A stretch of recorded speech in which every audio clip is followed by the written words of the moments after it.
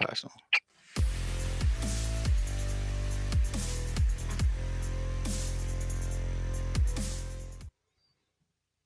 Oi, oi, and welcome back to Beach Banter and Beyond. We've got our boy Distortion.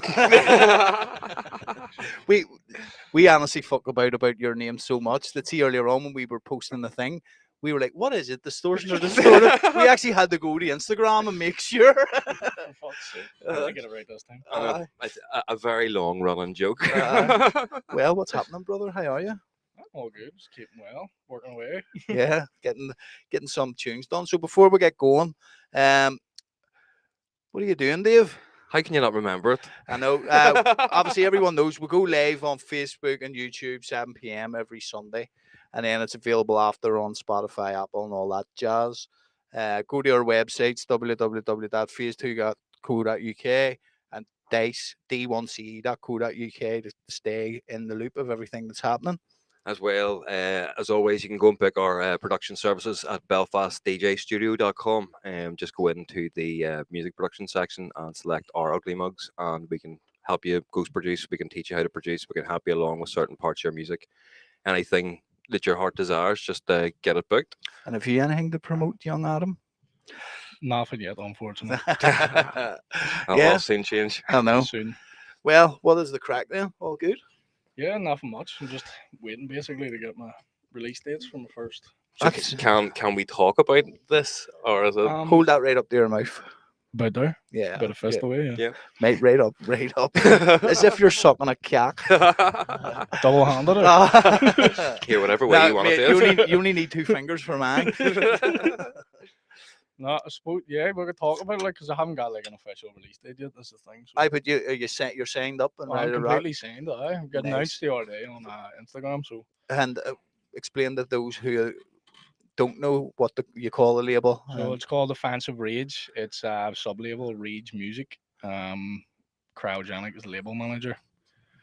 Pretty much just signed a couple of months ago, and I'm just announced today. That's unbelievable. Last week. That's perfect. And that's one of them things. Hard work pays off because 100%. you've been flat to the mat. Like I remember when we only started. Like we only started to get to know you. You were on the show before, obviously, and you were like struggling with things, and now the music you're making is Dutch quality. Like it is, and it's mad that Dutch quality is a fucking saying, because they're all like I remember talking to Kutsky about this. They're all like classically trained. The way they go through their music classes and all together, it's like they are taught electronic music as opposed to when you go to Belfast Met. It's like you can get 2 hours of Ableton. Well, no, whenever I went to Belfast Met, there's like 2 hours of Ableton showing you how to do it, but the rest of it's like showing you how to mic up guitars if you're doing live bands, and how like you should pan stuff to this side for instruments on the stage because that's where they are and all this. It's not really music that way driven, whereas obviously over in Holland it's very much celebrated and appreciated. This is how you can clip your limiter, just you know what I mean? But it's great to see that there's so many people from here are just taking off, and it's great, like from all fields. But like you're in a very niche. I thought hardstyle was niche, but yours is fucking. Well, yeah, it's very extremely niche. Like it's Holland or nothing really. It's big in Germany and stuff like it too.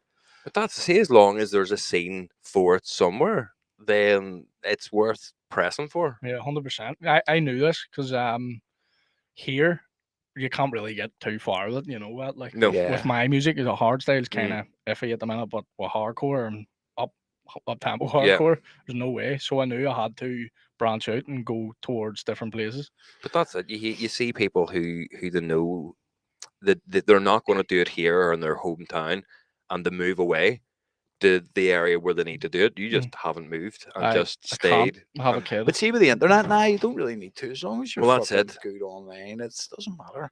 Like I seen, like with that sort of music, it's an acquired taste. But the people who like it will find it. Yeah, and that's a good thing about hardstyle too. Is like the people are so dedicated. It's like because it's so niche. Like they become people. Love the artists. Same with your scene. It's like fucking like the actual like say cryogenic people like that. They have a cult following. Yeah, 100%. You know what I mean? You don't really get it with a lot of other music. You get it. I know you get it with a lot of like hard techno and stuff. But no, early hardstyle. Yeah. But used to call it that. But a lot of people, like just general public and all, be like, oh, it's a tune, I like it, but wouldn't necessarily know the artist. Yeah. But when they're proper into it, they're like, oh, this artist dropped a new song, go listen to it now. That's what I always say. DJ fame is the best kind of fame, because like if you're super duper famous, you're gonna have paparazzi following you everywhere and all that shit, and you've no privacy. But like as a DJ or a producer, when you're on stage for an hour, everyone knows who you are. People come to see you. But if you were to walk about, it's only die-hard fans who really actually know who you are and will come up to you. So you're not getting, you can still have a full element of privacy to your life. Yeah, 100%. But when you're on the stage, you are the dog's danglers for that period of time that you're there. Yeah, there's nothing better than fucking playing on the stage. I seen you play down in Lux, was it? The Boiler Room. The Boiler Room. What was that like? Fantastic. I know. I could see. I seen the videos. You were loving your life. Like I have to. I always go mad when I'm playing. Here, you're preaching to the choir here. You have to. But it's the whole concept of that looked class. Like it looked like the guys really pulled it off well. It was something I haven't played much gigs like, but it was definitely different than anything I've done. Like it looked it. Completely different experience. But just everyone being there and like high five. You need something different for that. Like the unfortunate thing is, whenever you see a thing like that, a lot of the public will think, they've just ripped it off from the Boiler Room people. But or the 360 events that they're calling it now as well. And it's like, but you need something different. Like at the end of the day, DJs originally started playing in a back room of a nightclub, and you weren't seen. Like you just stood there and could see the crowd through the window. Seeing the Coach back in the day when it was at its absolute peak, like it was a square. It was the stage was up high, but it was like a rectangle. You could hardly even see in the box. That's what I mean. Like, but over the time, it's been very focused towards everyone watch the DJ. Whenever we were coming through, it wasn't as focused on the DJ as it is now. It was focused on the venue, and it really wasn't, was it? Like it was just focused on the venue and the artist, but you didn't really see the artist. Like where else was like that? Like Kelly's had that wee tiny box where the sound engineer and all was at the end. See, he's coming up for a time where like everything is like a big stage with lights shining down on you and fucking it's madness. Like when we got the chance to play the Coach, like it broke our hearts because the Coach to us was just a black dingy nightclub with just sweat dripping off it. There was nothing fancy about the Coach. Everything was just black painted walls. And then we went up and it's fucking like the VIP or the green rooms behind the decks and this big platform. There's like leopard print fuzzy wall and all, right? Where the fuck are we? Is this like the Twilight Zone or something? You wanted to play in the old one? That's it. It's definitely did want to play the old one. The old one's insane. But it's things like that. You do need to do that now to start drawing a crowd in again. Because I think as you alluded to, their hardstyle at the minute it's very split. I think people have either wanted it to go extra hard towards your direction and mad shit, or the rest of them have now went hard techno-ish kind of thing. There's no hard style kind of thing now. Tastes are everywhere. I know people that would fall asleep to raw style, like me included. Yeah, like, know what I mean? That it's starting to bore me. Now, it was good the first couple of years, with all these mad kick rolls and stuff, and it was all right. But it was all right to play in a set like 2 or 3 tunes. Yeah. See, now every tune is the same. It is. It's like even I can tell the difference in like how tunes are built in uptempo more than I can with raw style stuff. It's the same pattern over and over and over. It's more like I like the earlier stuff. Like I would like it's weird. My taste goes from. I love like early happy euphoric. Hardcore. He loves happy hardcore. he loves Scooter. I like old Dutch happy hardcore. Like not like Paul Elstock and all. Yeah, but I like early euphoric hardstyle. Absolutely love it to death. And then I love up tempo and then raw style again. Just don't like. See, it's like it's the experimental days for these new niche things that they're like raw, like it was just hardstyle, and then it was like euphoric or new style or raw style or whatever. And when they're starting to experiment, to change their class, but then once it catches on and everyone jumps in the bandwagon, then you're like, nah, I saw that.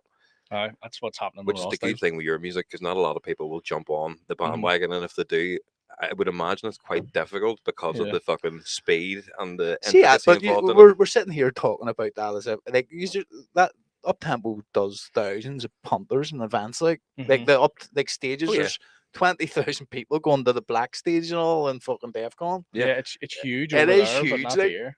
It's just bet it doesn't matter for you now that you're. Yeah, true. I just need to get them bookings. Many but they'll come, mate. You focus on the music, the bookings will come. Like, yeah, 100%. What many tunes have you got due for release? EP just 2. So, Nice. but I've got like 8 ready. So just I can sit back and relax for a while if I want. Don't keep going. Don't keep going. Just make other people's music. Exactly. I love it. So see, obviously for anybody listening, we've obviously alluded to it for a while, but it's not just a simple case of sending a tune off and there you go, you're on fucking the biggest label for your style of music. Very difficult.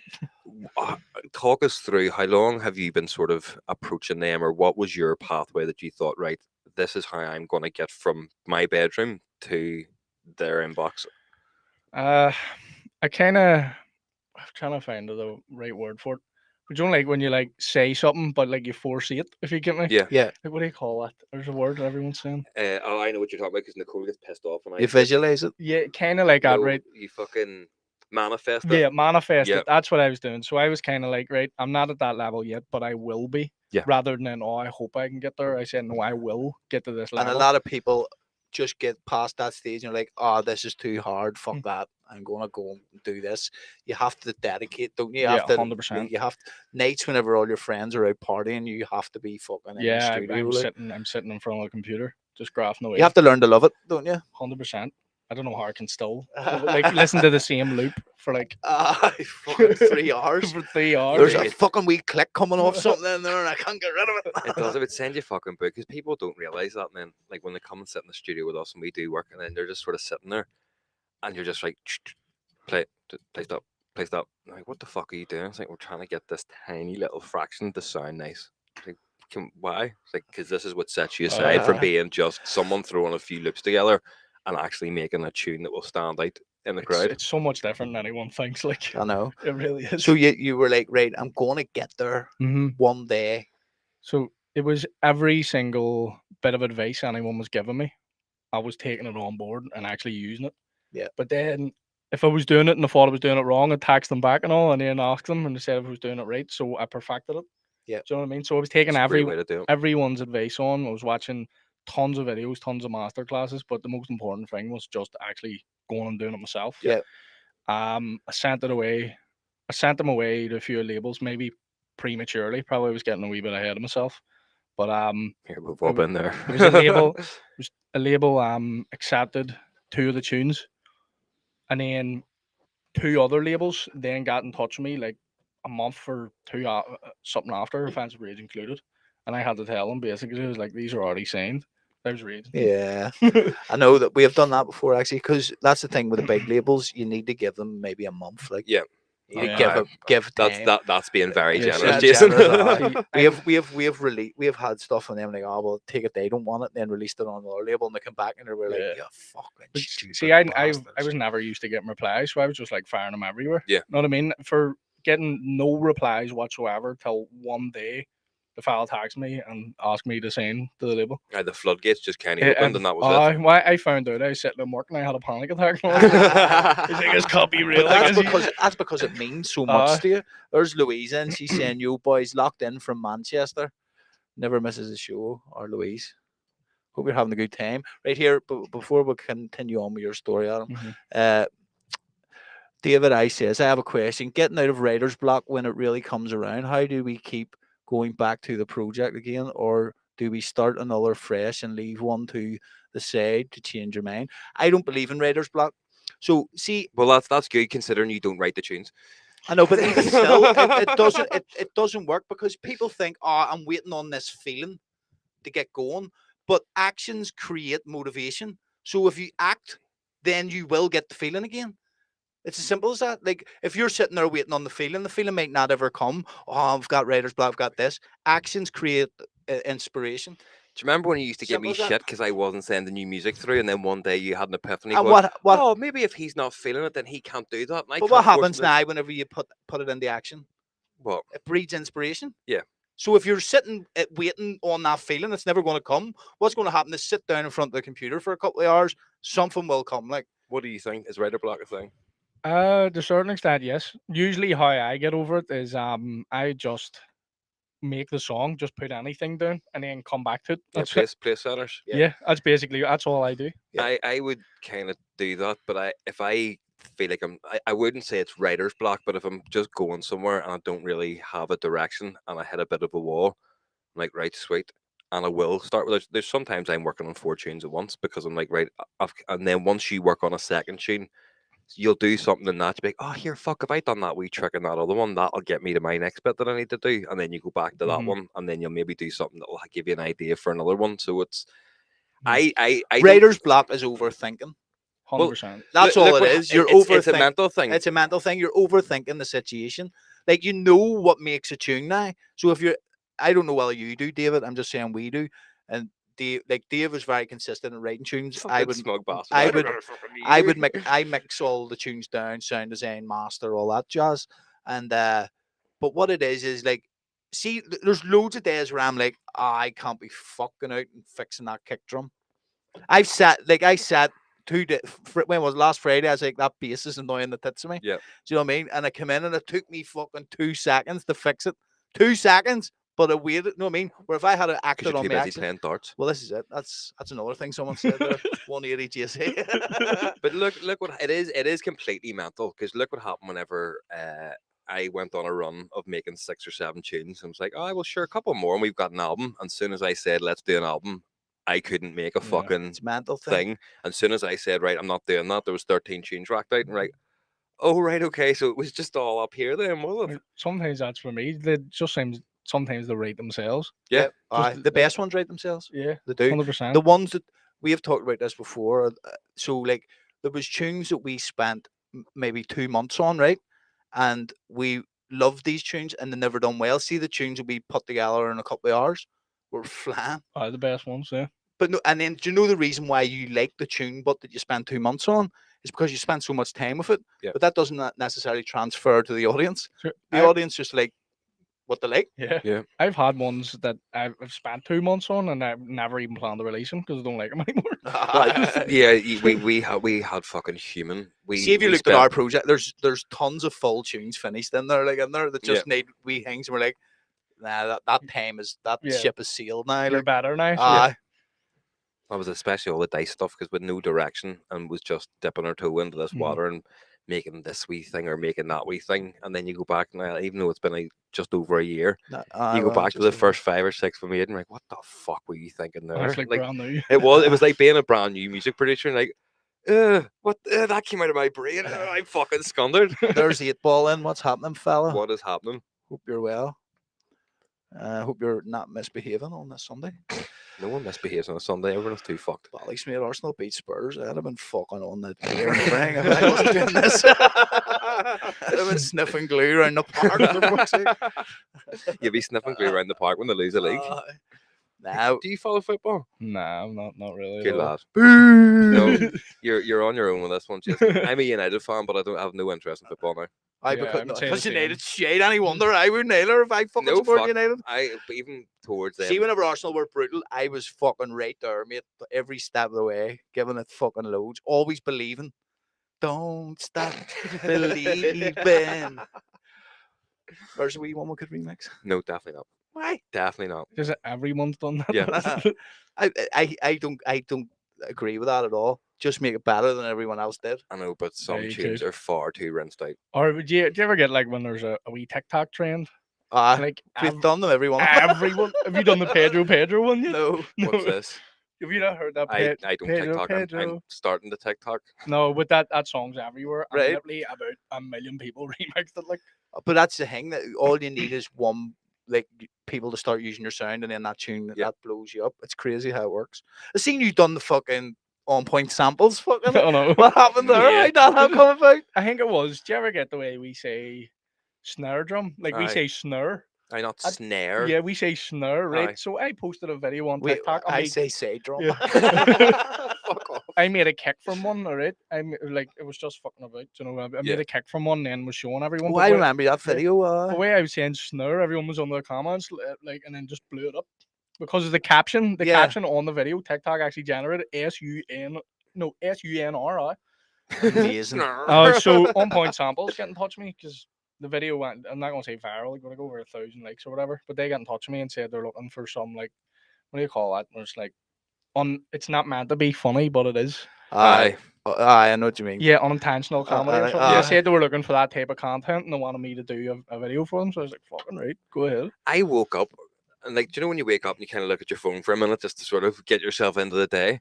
And I seen it popping up. I was like, that looks like fucking Adam. I ain't gonna tag him in this and be like, here, look. And then I looked at the comments and people tagging you, and I was like, fuck, that's actually you. Thanks, mate. Paul says, congrats on the signing to offensive label. Appreciate that, big man. And there's wee D Willison. What's happening? I know, man. I was laughing like fuck. He said to me he was going to tax over saying, "Doesn't that look like Adam?" It was. I was half asleep, and I was like, "Is that him?" To have a glass on it. But they do the best. They do. I would argue the best samples on the market. They do. Not only for hard sales, yeah, Techno Vault as well for the hard techno stuff.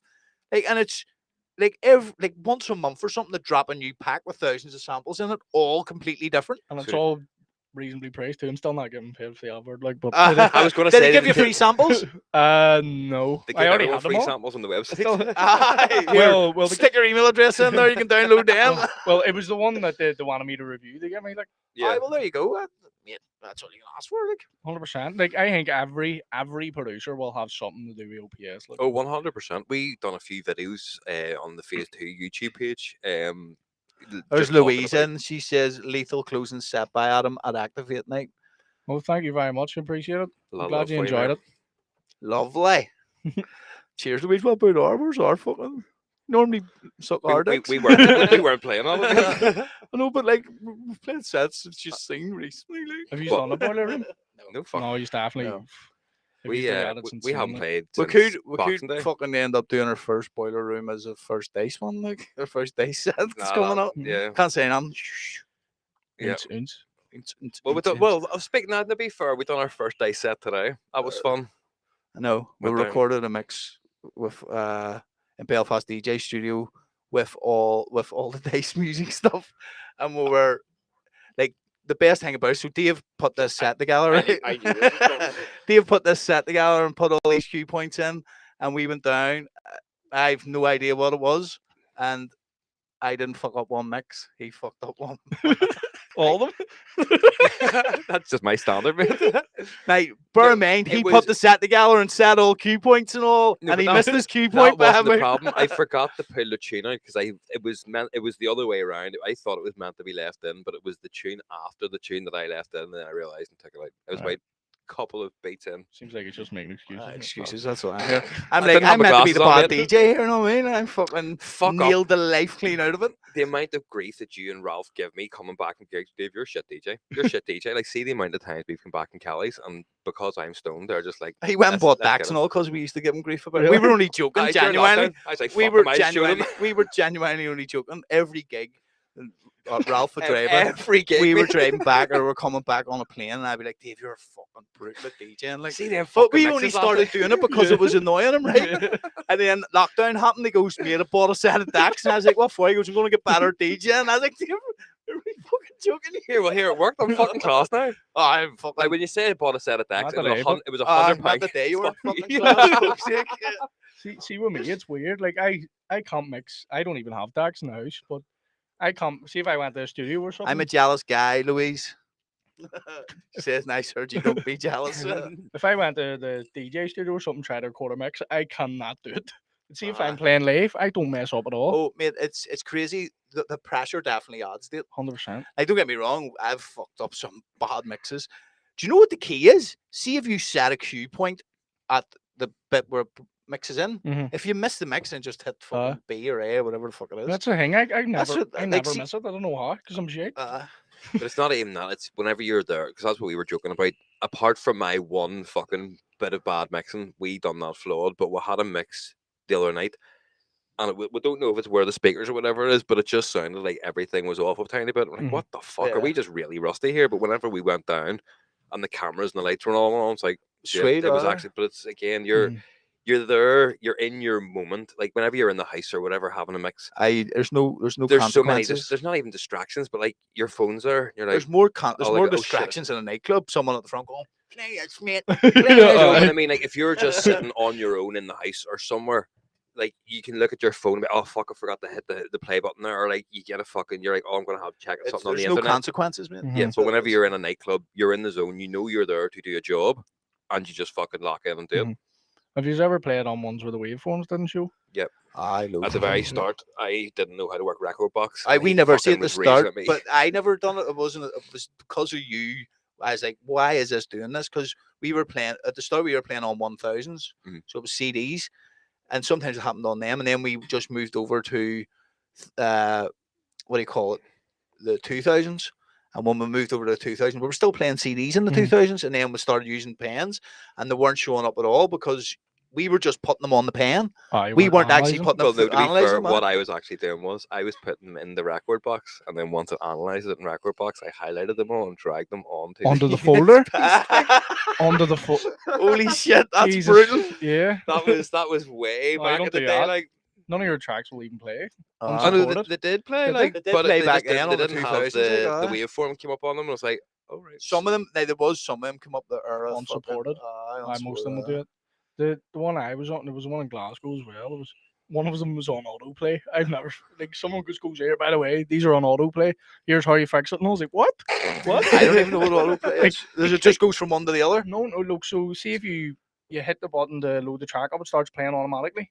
But you try to pause it and it won't pause. Yeah. But then you have to wind it back to get your cue point, to set your cue point. It's like final. But if you go too far, it goes back to the last track. Yeah. That's happened to us before too, where it's just you just basically have to do that there, like final on the thing and.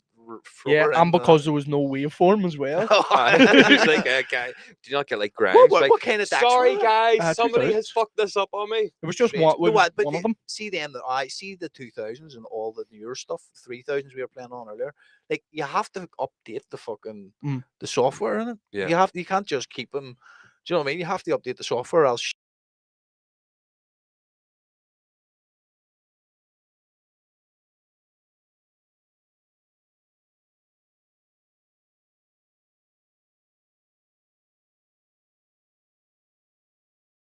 Back. That's twice that happened. That's 2 weeks in a row. That's happened. What is it? Hold on, to look into my fucking crystal ball here. If you search, as I was about to allude to, see when the decks break, whenever we're out, or someone's put sync on, or something's happening and the decks aren't working, I'm like, Jason, what the fuck is going on here? It's literally me. Like I haven't a clue. See, because I normally I don't have a clue either. I just wing it. I just go ahead and hitting buttons. I normally start from about 2:05. Well, my last one started 2:10, but I make my in the morning or 3 p.m. I make my way up, but I needed the tempo thing to be on weight, and see when it's not there, having a fucking ball. Because see when you press there's so many wee different buttons now. If you press it, it goes to like fucking 3,000 BPM when you're playing. You're like, what the fuck do I do? I keep it on weight for that. Got to get the calculator right. So I haven't a fucking clue how to do all that stupid. Not many folks like it weight. I'll tell you. No, that's just what she tells you, mate. But no, it you don't really like. There's so much buttons on decks that we hardly use any of them. Like even the mixer. I was looking at the mixer today and I was going like, there's all these buttons they have added to this here that I'm like. See when I couldn't figure out how to get the headphones both playing on the thing, so I just put on both key buttons. I was like, that'll do, and then you fixed it. I was like, sweet. I see the same thing. I noticed you did that actually at the start. See it's the same as the other ones. There's there's a cue and the master. I know, but you normally have the first mix, so it's already set up for me. Do you know what I mean? Do I normally have the first mix? No, sometimes. You always go up and get it set up anyway. So you said, "Is that McLovin?" He's not. I don't know. David. Unbelievable. Gordon. So yeah, our guest McLovin. Good. Gordon Walsh. That's Gordy. Oh, unreal banter. But no fucking see. That's the thing. Like, see when they updated from the 800 mixer to the 900 Nexus. Like, I still use the same things I used on the 800. I never changed one thing about how I use them decks. I don't know. And see now that new, what is it, the 3000? Like, what is the new mixer? It's a fucking way bigger anyway. We use it today. I haven't a clue. I still haven't, like, the day I used all the same shit on that mixer as I always use. I don't know why they're adding all this shit, because for most DJs, you're not really using it. No, I get the cue point things and the fucking, like, making it easier with the A, B, C, D things on the CDJs. I get that. He said so many letters. Q, A, B, C, C, D, D, C, D, J, ZY2, UVF. Now we'll have to be fair to everybody. IRA. Do you know what I mean? So, like, but it doesn't change my ability, and it doesn't change how I go about using them. But I don't know if we talked about this with John on the podcast or if it was in one of our John other is Kutsky, meetings. for those who don't know. Yeah, sorry, I always get told off for this. I saw people. He's on first name terms with him. But he said that we were hanging out with Willem at the weekend. Fuck's Willem? Head up. He's just been a compliment, not the first name terms with him. Kutsky was saying that like he doesn't understand all the shit, because at the end of the day, most people can't afford all these new decks because it's fucking shocking money for them. So you've got people here playing on older decks who are then going into clubs and have all this extra shit put in front of them, and no one knows how to use them. Like, people have effects machines and all, and they just know, I'll push that wee one because that sounds cool, but no one can really, unless you've got 10 grand, to buy a full setup and really understand what every button does. You're not going. They're just glorified CD players. It is now. See, whenever I got the first set of decks, I would say, it was like 3.5 or something. 7.5, 8 grand for the full 3,000 setup. Yeah, easy. It's a good thing we have a studio. We can just go down and actually learn the big decks. Yeah. And it's fast down there as well, because I remember there's other DJ academies and stuff that's been set up over the years, and I went down to a few of them, and they were sweet, but it was just like a building that had stuck a set of decks in and whatever. Like, that is proper custom built for what you're looking to do. Like the studio, the DJ so for setup. A CDJ 3000 and the A9 mixer, say about 6,750 for what, 2 decks and a mixer? And a mixer. I don't want to whenever I got whenever I got the 1000s, my granda bought me them years ago. Why? What was wrong with you? Because I was diabetic. No, because I was ill. But no, I tortured him, and I was in hospital really sick, and he's like, "I'll buy you whatever you want." And I was like, "Well, it's not a tax." You can sell it with a tag, but they were like 3.5 grand or something, and he bought them, and that was fucking top of our range back then. They were only out them things, and like, that's fucking double the price now. I know, with inflation. But even still, mate. Like, you have to be. You don't have to buy them. It's a rich man's game. Like, my controller costs. It's like Formula 1, mate. Like, you can't just, like, people who live in the fucking Shankill or the Falls can't get into motor racing because it costs so much to buy go-karts and shit. I'm sure a few of those Davis joyriders could fucking be Formula 1 drivers if they really give. It's not about them. You give the driver the car and they'll be able to do it. Just good. That's it. Fucking, you see Mercedes. Somebody who just get in the Ferrari, be like, "Give us a go, mate." Where'd you get that driver from? Oh, we sent our Mercedes scouts to fucking Davis. I heard West Belfast breeding really good drivers these days. Well, what? Not only did we see him rally the car, we seen him steal it too. How did he steal it? Straight in your woman's back window, keys out of a bowl, no way. Here, Formula 1 cars don't have a back window, mate. They've got a halo. I know, that's fucking stupid. But you know what I mean? But that's what happens. Like, so all the equipment becomes so expensive. Now, obviously, we've already alluded to it, you can buy a wee controller for 200 quid. All right. But then you're at a disadvantage because you don't know how to work the hardware. As I explained today. Yes, that's what we're saying. So you're at a disadvantage. So what it is then people who have money are going to be able to buy all the equipment, because it's not going to be long until it's going to cost you $1,000 to buy fucking Ableton, like. But at the same time, you could just say the exact same thing about Ghost Production. You can go to somebody, like, you can go to a Ghost Producer. Come to us or Adam, depending on what like, you want. What, 200, 300 odd quid? Or you can go to someone for £1,000 who's going to give you a tune that you know is going to fucking just go. At the end of the day, people, like, there you go. Instead of buying decks, just buy 6 tunes. Yeah. It'll actually put you further. And then go to Belfast DJ Studio and learn how to DJ for 22 quid an hour. Yeah. It's way cheaper than actually buying decks. And Kenny, I've been saying this to him. He's fucking out for it. I'm saying this on the side. We should take one of the wee men who are starting to DJ in Belfast and make all their music for him. And just start like a wee project. Sergi just wants to put in your application. He wants to be like R. Kelly and lock some wee kid in here at the weekend. I prefer. What's that banging in the car? Don't you worry about that, Heather. That's nothing. That's the new sound of the kick drum. Here, trust me. Bend over there, kid. We'll make this new drum. Have you ever EQ'd the sound of a kidnapped person trying to escape? But you know what I mean? We should get one of them, like, fucking just, say, right, everything 50-50, boom, let's go. When we're There's finished, the music. maybe. But that's, mate, we're finished now. You're just not accepting the shit. We don't have to travel. We don't have to do anything. We can just fucking make money off them. So you're looking to have child labour, is what you're saying? Is that what you're looking to do? But you know what I mean? You could do, like, that's what fucking that's how the big labels start. Big, you know what I mean? Like, do you think Headhunters?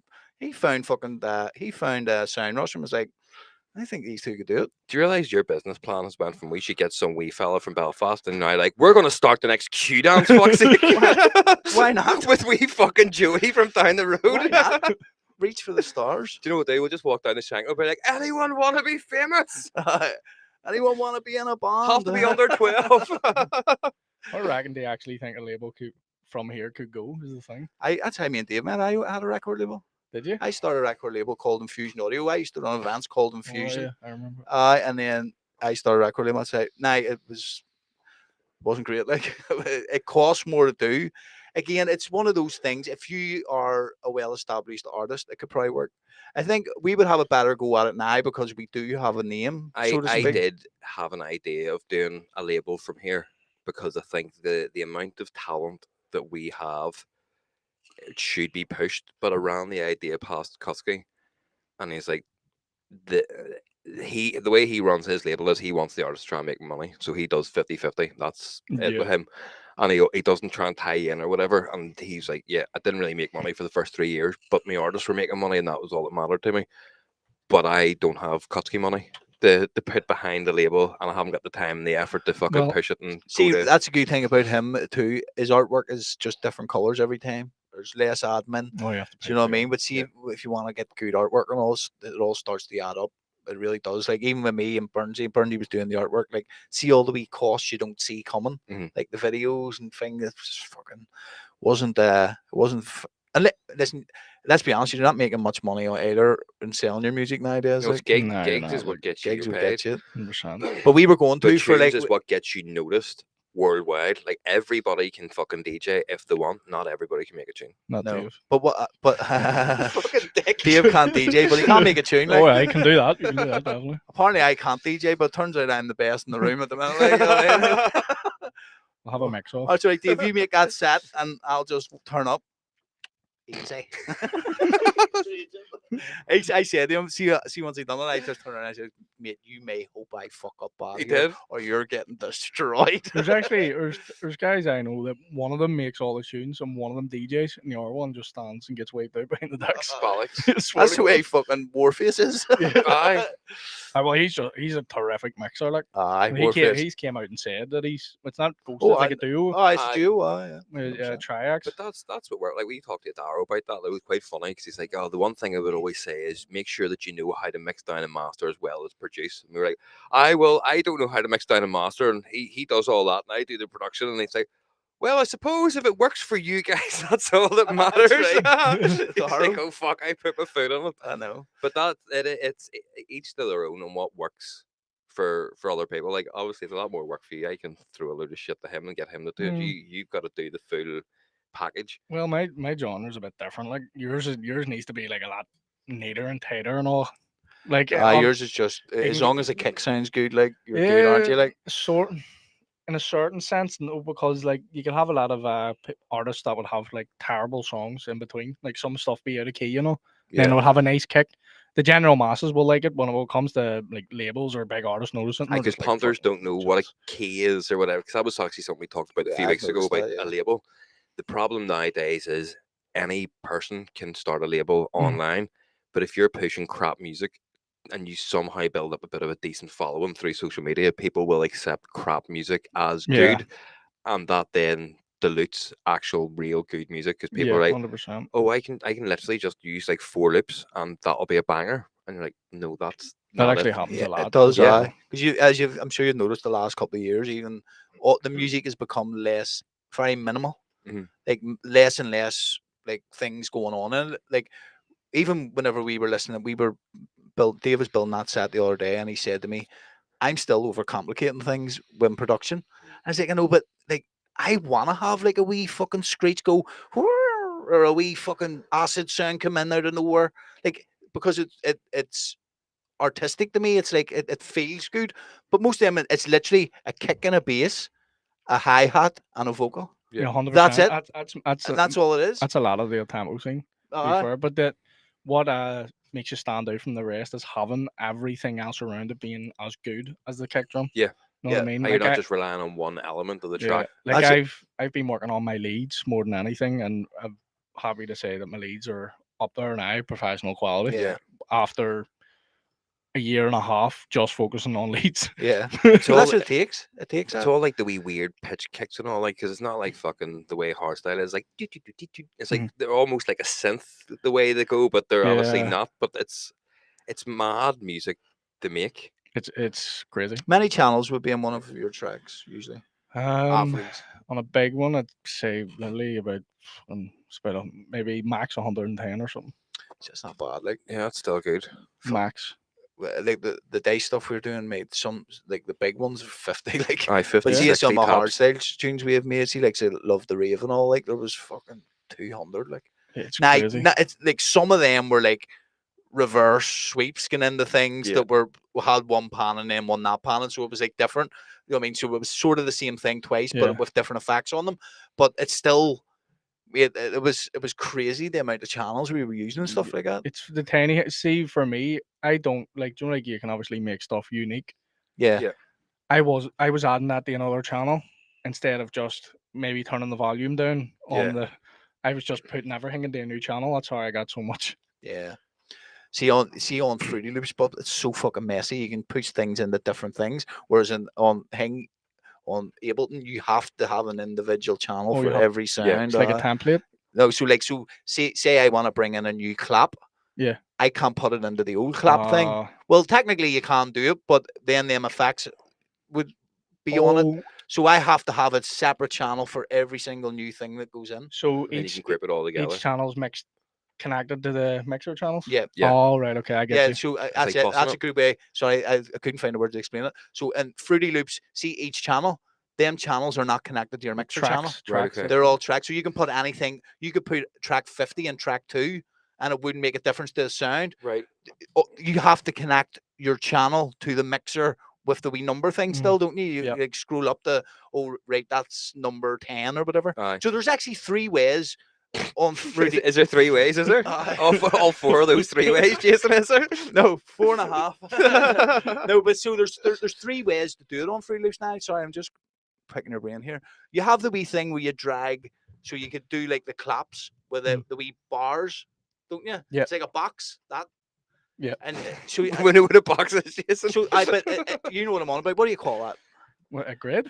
No. So see the way you have the bit where you would put your synth on, and then you have your channel. He's the producer. Oh, it's like a piano roll. Then you have your. That's how you get into your piano roll. Yeah. Because I started in the FL. This is bringing me back. So there's 3 things, right? 3 things. There's 3 things that you have, whereas we only have 1 on Ableton. I have no idea what you're talking about. If I'm honest with you. I do. The wee box, and then you could actually draw in like the claps with like the wee white thing. I never used that. I used Fruity Loops for about a week before I went to Ableton, and I always remember that, doing the wee white boxes and sort of for the kicks and the claps on it. But I could never figure out a piano. So you've got that right, and then you go into your what would you call it? The creative mode, the bit where you put the tune out, and you can just drop that bit into anywhere, and then you have your mixer.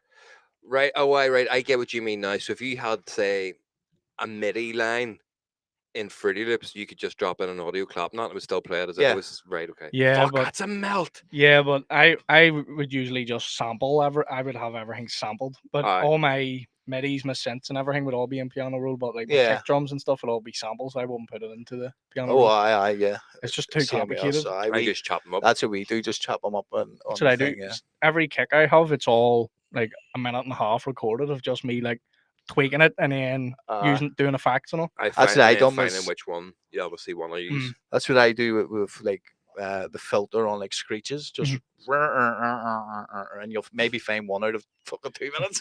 I use the same screech in every song, so I just have a. That's what I've started doing with hardstyle. Like the same lead. If you see the last 3 hardstyle songs we have made, it's been the same leads. Even when we've done that one with Nas, like June, I made one in June. Just fucking use it. It works. But that's it's layer up with different things, but it's the main one. And then put a couple of wee different layers underneath. We always fucked about doing that. And that was something that was the bass modulators video. Or wasn't it? Was the tweakers? Because I would always look for different sweeps and different claps and different cymbals, and they're like, we just put the same one in every tune because like no one goes, oh yeah, did you hear that new Phase 2 tune? It's got a fucking great down sweep in it. And like, he's got the same crash. Yeah, but see, once you've done that, that was like unbelievable because I know this sounds nice. You just move this in the right key every tune, and it just takes away 50% of your fucking. There's nothing worse than going down looking a fucking crash or a cymbal. I use the same. But again, he's what he's like. No one cares what that's the how you make like. a signature sound. Yeah, that's what I mean. Because like every song I make, like if you go through all my finished tracks, every single one of them is different, like a different style. Do you know what I mean? Yeah. If you go to an uptempo or some of them, you'll be like, oh, kind of know what this is going to sound like. Or it's like they've opened the last project and literally just put new samples into the same layer. Similar kick drums and all mine's are almost completely different. Yeah. So, but I use some effects. You would use the same screech, the same snares, the same crashes, everything. Can you save mixer states on? Yeah. Because that's the great thing about that. I would just group if I have a mixer, like if I have a new thing like a EQ, a bit of reverb, delay, distortion, or whatever. I'll just save that as sometimes J256 or whatever. A B C D. But then I know just to drag that in next time because. Whenever I was using Fruit Loops years ago, like the problem was I had to redo everything I'd done previously. You weren't able to save the mixer tracks. Yeah. Well, that's cool. Well, that's at least you're up in your game. It's not me. Like I'm just using it. But no doubt you'll probably do an advert for them soon. Fuck's sake, moving up in the world now. Uptempo for FL Studio. I know, but FL Studio does seem to be the one for like all the raw. No, it was because it was easy to get a crack back in it. Like that's why. So like Ableton was tough enough. Like Cubase was still is possible. Not that we have a cracked Ableton, but you know, some people might. That's what we did. We used to have a crack for ages, and then whenever we were going legit, I'm trying to do it properly. Like, we need to fucking just. I know we bought Ableton back when you got a disc. They sent you out a disc, and you had to put the disc into the computer, and then obviously you just upgrade every couple of years. I used that Ableton box for like as a key. It was a box that was maybe just a bit smaller than the keyboard there, and about that thick. And that was my rolling box for fucking years. I just I just keep this wee box, and then it fell apart one day, and I was fucking heartbroken. How long ago was that? Oh Jesus, 7, 8 years ago. That'd be long. Well, we've been doing this 11 years. 9 years ago it would have been, because we did use a crack before that. And then we had but the problem was with using cracks, we were always on Mac too. You would open the project file, and all yesterday's work would have been up the fucking left because the fucking EQ was reset to 0. You know what I mean? It was like, or any parameter, like you've done like LFO parameters and massive. Do you remember massive NI? Remember we done disco? See, every day we opened that project file, we had to redo the fucking parameters because it was a bass wobble going like boom, boom. Every day we opened that project. I won't even remember. No, we've done it that much. We could probably still do it now. Fuck's sake, we must have done for 3 weeks in a row. Sometimes I just tweak shit and it's like, oh, that's all right. Then just leave it. Some of the best things, a mistake. The best shit is a mistake. Or you like copy and paste something in somewhere, but you forgot to delete out the bit that you were pasting over, and there was a wee gap that's now filled with the old bit. You're like, okay, fuck, that actually sounds class just for that wee bit out of it. Yeah, there was one of mine I done, and it was the same screech I done, but normally I would go in and do filter automation. Yeah. You know, just if tempo has like this wee weird screech, kind of goes like, you know, like in the background. Do you use any transgates on them? Yeah, I on some of my stuff, but I can't figure out how the fuck I done it. I know how I done it. Like I could go try and do it, but I can't get it to sound exactly the same. Yeah. But I go back into the project and it's gone. There was something we had like that there, and I done a wee bass note. Out the window. Like whenever you deleted the full tune. I know. Did you hear about this? What? We made a tune, and I highlighted the whole thing, to render it. So I highlighted everything bar the mixing bit, so I could listen to it in the car or whatever, and I obviously hit delete, and then whenever I exit out of the project, I hit save, and then this was a full tune, completely finished, but it wasn't finished because there was a few things needed fixed when I listened back to the fucking tune, and the next day we came in and we were like, where the fuck is it? There was only the mixing bit. Oh my god! Yeah. Is there no like automatic backup? We couldn't get it back because I saved it. I don't know. I'm the bad one because I took the fucking tune out a few beats after. But in his fairness, he built it in a day, nearly back to what it was. Like, because we had the tune, the audio of the tune. We just didn't have the project, and in the project file, all the mixers, so all the effects were still on it. The arrangement page, see that page there? Everything on that page was deleted. Oh my god! Yeah, it's crime material. Like we have a lot of technical hiccups. If you don't, you're not a producer. Oh fuck! I'm convinced this place is haunted. But that's a fair dig in some cases. And we just went, well, we'll have to build it again. But again, that's how we've managed to survive for so long, because it's just been right. There's no point in getting angry at one another. It's going to happen. Angry doesn't solve nothing. Let's just fix it and move on. FL Studio has their own automatic backup folder. It does it for, I think, 2 months, and then it starts overwriting itself. Fuck, that actually would be pretty handy. There's got to be one in Ableton. Maybe there's a new one in Ableton 12. Just check where it's downloaded on your files, maybe. So what are you manifesting for yourself now for the rest of the year? Bookings in Holland. DEFCON next year. DEFCON Yellow. Here, why not? You're on the right trajectory for it. 100%. It's just where I'm from. It's a wee bit difficult because, like, with a lot of them over there, might not. Well, I know that there's a lot of people over there that are Dutch that don't make as good as music. Because they say schneer instead of snare. Yeah, they say schneer. Schneer. I make better music than a lot of them that go over and get regular gigs. Yeah. You know what I mean? It's because they're from there and they're able to network over there and get to know. That's the thing. That the good thing about people coming over here, getting to meet them, but there's not a lot of up-tempo DJs being booked here for you to get the network. There's only me and Leo Tagula. That's it. But as I'm saying, but like even an artist to come over. So like say Cryogenic get booked in Belfast, that would give you a good chance to network with them and get to know them and whatever. I know you know them online, but that's the thing of it. Yeah, like you need to get to know the 100%. There might be people come up to me like, see, like say Amsterdam dance event or something. Just go over there. What's that? So every year they have like a 4-day thing where all artists around the world, it turns into a full rave thing. So they have events and all, obviously, in big festivals, but then all the artists meet up in like coffee shops and there's like talks. They have conferences and shit as well. Yeah. So like a label a panel or a panel for like labels or for artists who'll go and listen to tunes or like critique stuff and all that there. Get the missus, get the kid minded, go over there for the weekend, and you already know some of them and so on. You text a lot of them. Yeah, meet up. I'm meeting some of them. Going over to Harmony. It's because Pete is playing. Yeah, that's right. So I'm going over to Harmony because there's one of my songs is being played on the Harmony stage there too. You go. Because it's a collab. It's a collab with him. So yeah, that's what you do. Then that's a good chance to network and get to know all these and fucking meet them. Get Pete to introduce you to who you need to be introduced to, and once you get the relationships and people know you and they've talked to you, it's easier for them then to go, here, what about Adam? Yeah. Do you know what I mean?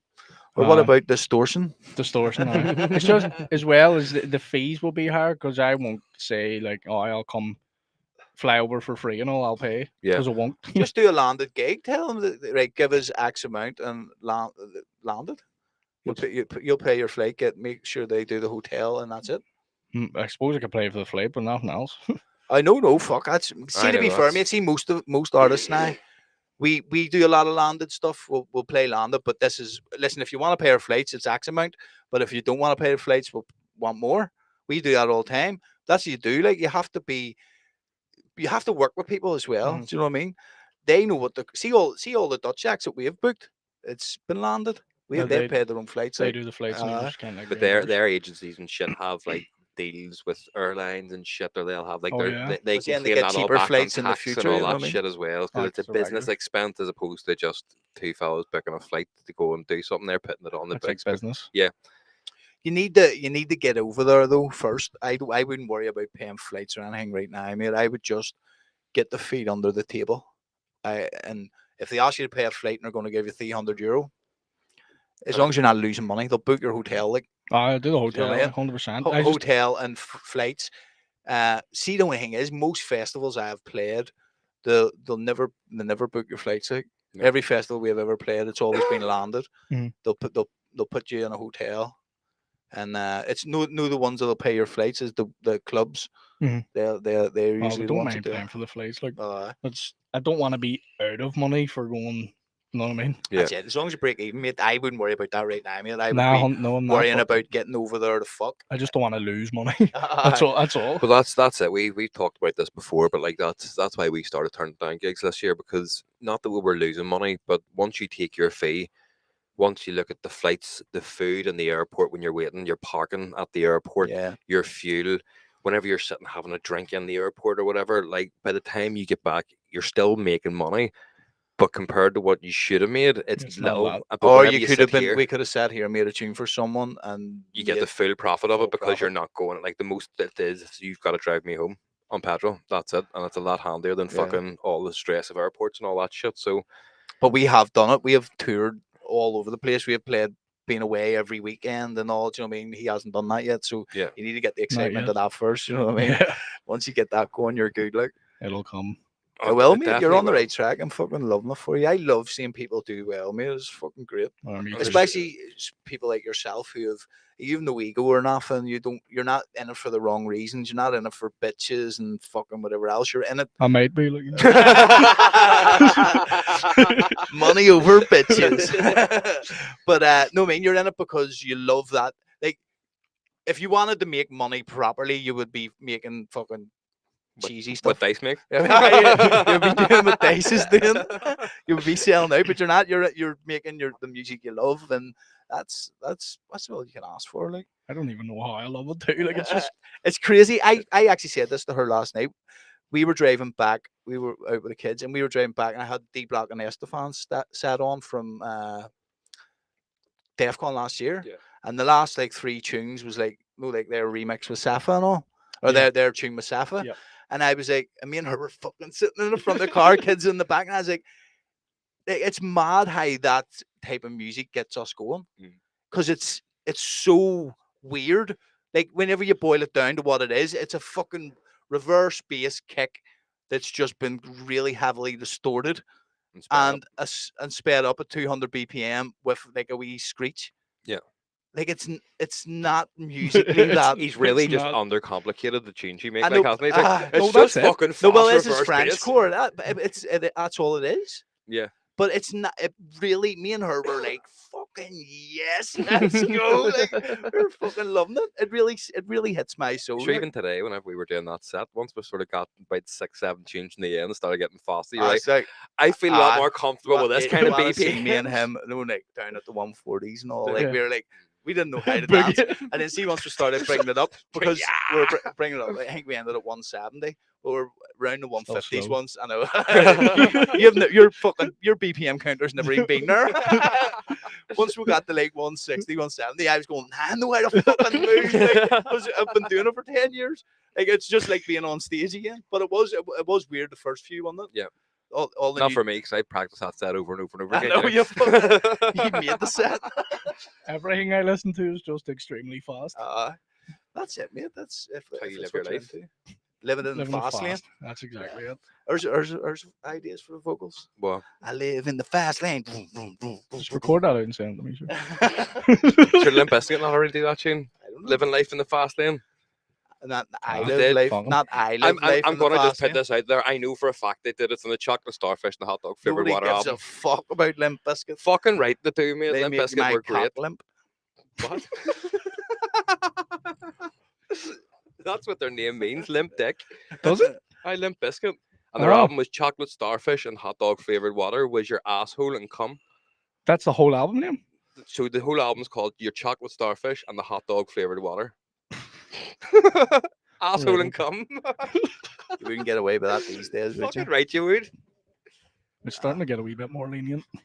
It is again now, isn't it? I've noticed that you can start to be a wee bit, edgier now. People are just like, here, I was a bit mild. I heard some tune, somebody's remixed it, and the words were, bend that ass over, let that coochie breathe, shake that ass for Drake, now shake that ass for me. I was like, what? Who the fuck says bend over and let your coochie breathe? What the fuck is that? I've heard that. It's a lot of them women rappers, so that's all they're just like. It's like, what the actual all talk about? Fuck? Who needs to actually bend over and air their fanny out? Like, oh Jesus, I've got to fuck. Oh, it stinks. I need to bend over here. Fuck's sake. Imagine out the back having your fucking morning smoking a coffee and just look over and see your neighbours. What are you doing? It's like, I'm just letting my coochie breathe. It's like, well, shake that ass for Adam, okay? Fuck's sake. Got a wee limp biscuit here and I need to get going. Chocolate starfish. Let me see your chocolate starfish, love. Oh, fucking brilliant. Well, Adam, thanks very much for doing the show again. And no problem. we'll make sure we promote all your shit once it's released. And I'm fucking loving it for you, mate. And this is only the start. So 100%, mate. I can't wait to get you back in to hear the the next time we try and get him in, I'll be like, no, I'm too busy. Yeah, I'm too big now. I'll tell you what, you wouldn't be the first person. Are you fucking really? Are you paying my fuel up? Right? He's get me a fucking hotel. I get a monster in the way. Have you reimbursed me? Here, there's a receipts, lads. But yes, Adam, thank you very much for joining us again. Go and check out all our stuff. Go and check out Adam's stuff. Just go and check out all the stuff. If you're going to check Adam's stuff out, just go in with caution. DJ_distortion.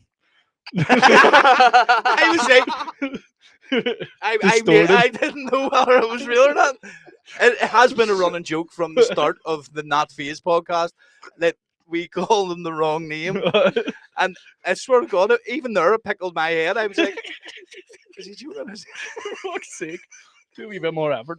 Distorted. But so what? Spell it. What's It's not. It's this DIZ, isn't it? DIZTORTED. Yeah, we'll put it in the description anyway, everyone. And thanks again for everyone that was on the live. We'll be on Spotify real soon. We'll not be live next week because there's the marathon on, and it'll be a nightmare for me getting over. So we'll do. We're doing a special live one anyway, or special recorded one. So that'll be aired next Sunday. Yep. Until then, guys. See you later. Peace.